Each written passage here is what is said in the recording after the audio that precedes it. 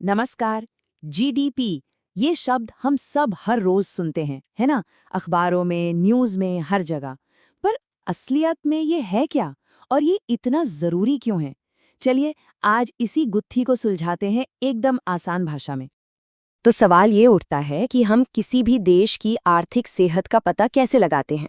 मतलब वो तरक्की कर रहा है या नहीं, ये कैसे जाने। सोचिए, जैसे स्कूल में एक स्टूडेंट का रिपोर्ट कार्ड होता है ना, जो बताता है कि उसकी परफॉर्मेंस कैसी है। ठीक वैसा ही एक रिपोर्ट कार्ड देश की इकोनॉमी का भी होता है। और बस वही रिपोर्ट कार्ड है जीडीपी, मतलब ग्रॉस डोमेस्टिक प्रोडक्ट।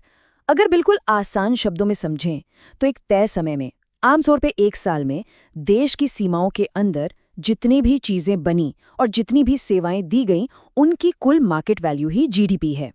ये समझिए कि ये देश की इकोनॉमी का हेल्थ मीटर है। तो ये रिपोर्ट कार्ड हमें बताता क्या है? देखिए, अगर जीडीपी का नंबर ऊपर जा रहा है तो इसका सीधा सा मतलब है कि इकोनॉमी में हलचल बढ़ रही है। देश में प्रोडक्शन ज्यादा हो रहा है, मतलब फैक्ट्रियों में ज्यादा सामान बन रहा है, लोगों को नौकरियां मिल रही हैं और वो पैसा खर्च भी कर रहे हैं। कह सकते हैं कि अर्थव्यवस्था का पहिया तेजी से घूम रहा है। तो एक लाइन में कहें तो अगर जीडीपी बढ़ रहा है तो मतलब है कि अर्थव्यवस्था भी बढ़ रही है।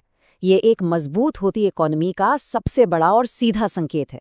और यही वो जादुई नंबर है जिस पर सरकार से लेकर बड़े बड़े इन्वेस्टर्स तक सबकी नजरें टिकी रहती हैं। लेकिन ये जो इतना बड़ा नंबर है, ये आता कहाँ से है? इसे कैलकुलेट कैसे करते हैं? असल में जीडीपी को समझने के लिए इसे 4 बड़े हिस्सों में तोड़ा गया है और इन चारों को जोड़ने वाला एक बहुत ही सिंपल सा फॉर्मूला है। ये रहा वो फॉर्मूला, C+I+G+NX। बस ये 4 अक्षर, इन्हीं में किसी भी देश की पूरी अर्थव्यवस्था की कहानी छिपी होती है। चलिए अब एक एक करके इन चारों को समझते हैं कि इनका मतलब क्या है। अच्छा, तो अब जरा इसमें और गहराई से चलते हैं। ये चार्ट साफ साफ दिखा रहा है कि जीडीपी के इन 4 हिस्सों में से किसका वजन कितना है। और देखिए, सबसे बड़ा हिस्सा जो है वो है सी का, यानी कंजम्पशन। यही हमारी अर्थव्यवस्था का सबसे बड़ा इंजन है। तो सी का मतलब है कंजम्पशन, यानी उपभोग। ये वो सारा पैसा है जो हम सब अपनी रोजमर्रा की जरूरतों पर खर्च करते हैं। मतलब मोबाइल फोन खरीदने से लेकर सब्जी खरीदने तक या सैलून जाने तक, ये सब इसमें आता है। और जैसा हमने देखा, ये जीडीपी का सबसे बड़ा हिस्सा है, करीब करीब 55 से 60%। जाहिर है, जब लोग दिल खोलकर खर्च करते हैं तो इकोनॉमी को एक जबरदस्त बूस्ट मिलता है। अब आते हैं आय पर, यानी इन्वेस्टमेंट। पर यहाँ एक बात साफ कर लेना बहुत जरूरी है। ये वो वाला इन्वेस्टमेंट नहीं है जो हम शेयर मार्केट में करते हैं। इसका मतलब है बिजनेस का इन्वेस्टमेंट। जैसे कोई कंपनी नई मशीनरी खरीद रही है, कोई नई फैक्ट्री लगा रहा है या फिर कोई नया घर बना रहा है। ये वो खर्च है जो देश की प्रोडक्शन कैपेसिटी को बढ़ाता है।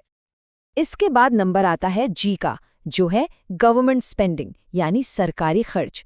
इसमें सरकार के सारे खर्चे आ जाते हैं, जैसे नई सड़कें बनाना, स्कूल और अस्पताल बनाना, देश की सुरक्षा पर खर्च और सरकारी कर्मचारियों को दी जाने वाली सैलरी। ये सब जी का हिस्सा है। और आखिर में है एनएक्स, मतलब नेट एक्सपोर्ट्स। इसका फॉर्मूला भी सीधा है। देश ने कुल कितना सामान बाहर बेचा, एक्सपोर्ट्स, माइनस देश ने बाहर से कुल कितना सामान खरीदा, इंपोर्ट्स। अगर एक्सपोर्ट्स ज्यादा हैं तो ये नंबर पॉजिटिव होगा, और अगर इंपोर्ट्स ज्यादा हैं तो नेगेटिव। भारत के मामले में अक्सर हम इंपोर्ट्स ज्यादा करते हैं, इसलिए ये हिस्सा ज्यादातर नेगेटिव ही रहता है।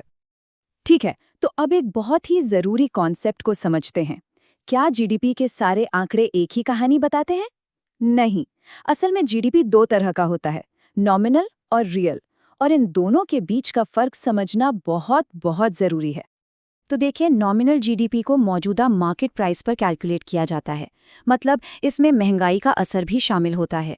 सोचिए, अगर देश में सामान उतना ही बना पर हर चीज महंगी हो गई तो भी नॉमिनल जीडीपी तो बढ़ जाएगा। ये थोड़ा भ्रामक हो सकता है। वहीं दूसरी तरफ है रियल जीडीपी। ये महंगाई के असर को हटा देता है और हमें बताता है कि असल में प्रोडक्शन में कितनी बढ़ोतरी हुई है। यह हमें असली ग्रोथ की तस्वीर दिखाता है।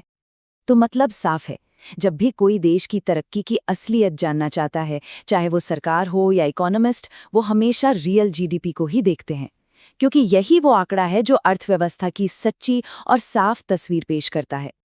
अच्छा, तो हमने ये तो समझ लिया कि जीडीपी क्या है और इसे कैसे मापा जाता है। पर सवाल ये है कि ये इतना जरूरी क्यों है? मतलब इस एक नंबर का देश पर, सरकार पर और हम पर क्या असर पड़ता है? चलिए इसे भी समझते हैं। देखिए, जीडीपी के महत्वपूर्ण होने की कई बड़ी वजहें हैं। सबसे पहले ये इकोनॉमी की हेल्थ का सबसे बड़ा इंडिकेटर है। इसी को देखकर सरकार अपनी नीतियां बनाती है। उन्हें पता चलता है कि टैक्स घटाने की जरूरत है या बढ़ाने की। इसके अलावा देश और विदेश के इन्वेस्टर्स इसी नंबर को देखकर तय करते हैं कि किसी देश में पैसा लगाना फायदेमंद है या नहीं। और हाँ, इसी से हम अलग-अलग देशों की आर्थिक ताकत की तुलना भी कर पाते हैं। तो अब सवाल आता है कि भारत में ये इतना जरूरी आंकड़ा तैयार कौन करता है? इसे कौन जारी करता है? जी हाँ, इसके लिए एक आधिकारिक संस्था है। ये जिम्मेदारी है एनएसओ की। नाम छोटा है पर काम बहुत बड़ा। यही वो संस्था है जो पूरे देश की आर्थिक गतिविधियों का हिसाब किताब रखती है। एनएसओ का पूरा नाम है नेशनल स्टैटिस्टिकल ऑफिस, यानी राष्ट्रीय सांख्यिकी कार्यालय। यही वो ऑफिस है जो हर 3 महीने में और फिर साल के अंत में भारत की जीडीपी के आंकड़े जारी करता है। और जब ये आंकड़े आते हैं तो पूरे देश की नजरें इन पर होती है।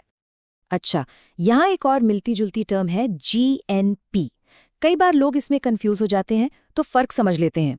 देखिए, जीडीपी देश की भौगोलिक सीमा के अंदर हुए प्रोडक्शन को मापता है, चाहे उसे किसी भारतीय ने बनाया हो या किसी विदेशी कंपनी ने। वहीं जीएनपी सिर्फ देश के नागरिकों द्वारा किए गए प्रोडक्शन को मापता है, भले ही वो दुनिया में कहीं भी हो। ये एक छोटा लेकिन बहुत जरूरी फर्क है। तो आखिर में एक बड़ा सवाल मन में आता है। जीडीपी हमें आर्थिक तरक्की का आंकड़ा तो देता है, लेकिन क्या ये हमें देश की पूरी कहानी बताता है? क्या ये हमें बताता है कि लोग कितने खुश हैं, या पर्यावरण को कितना नुकसान हो रहा है, या समाज में अमीर और गरीब के बीच की खाई कितनी बढ़ रही है? ये एक ऐसा सवाल है जो हमें याद दिलाता है कि जीडीपी एक बहुत जरूरी मीटर है, पर यह सब कुछ नहीं है। सोचने वाली बात है ना?